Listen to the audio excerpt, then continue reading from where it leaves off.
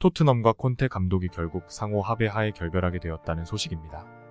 많은 매체들이 콘테가 이번 주 내로 경질될 것이라고 말했고, 구단이 콘테와 스태프들의 위약금에 관한 합의를 하는 중이라고 말했으며, 위약금 합의가 늦게 끝났는지 구단은 오늘 콘테와의 결별을 발표했습니다.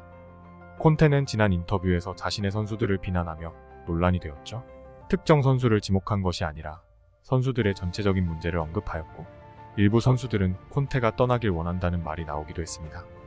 그럴 만한 것이 콘테는 인터뷰에서 했던 내용을 선수들에게 미리 말한 적이 없고, 선수들은 인터뷰를 보고 소식을 전해 들었다고 합니다. 이후 호이비에르는 인터뷰에서 콘테를 언급했는데요. 그는 매우 솔직하고 공개적인 기자회견을 했다. 그가 만족하지 못했고 챔피언스리그와 FA컵에서 올라갔다면 그러지 않았을 것이다.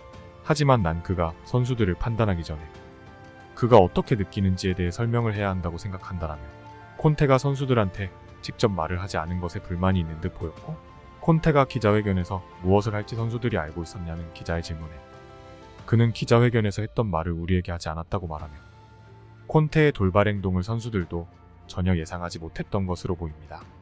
남은 시즌 동안 토트넘의 코치로 활동하고 있는 라이언 메이슨이 임시로 맡을 확률이 높다고 보고 있었지만, 스텔린이 코치가 남아서 남은 시즌 동안 수석 코치로 맡을 것이라고 하면서 감독은 시즌이 종료된 후 구하지 않을까 합니다. 과거 토트넘에서 활약했던 제이미 오아라는 레시포드를 예로 들며 손흥민의 부활 가능성을 제시했는데요. 지난 시즌 레시포드의 플레이를 보고 사람들은 맨유를 떠나야 한다고 말했다. 하지만 테나흐 감독은 그에게 자신감과 신뢰를 줬고 그의 플레이는 바뀌었다고 말했고, 손흥민의 올 시즌 폼은 일시적인 부진이라며 손흥민이 최고의 폼을 찾아 다시 골을 넣는 장면을 볼 수 있을 것이라고 말했습니다.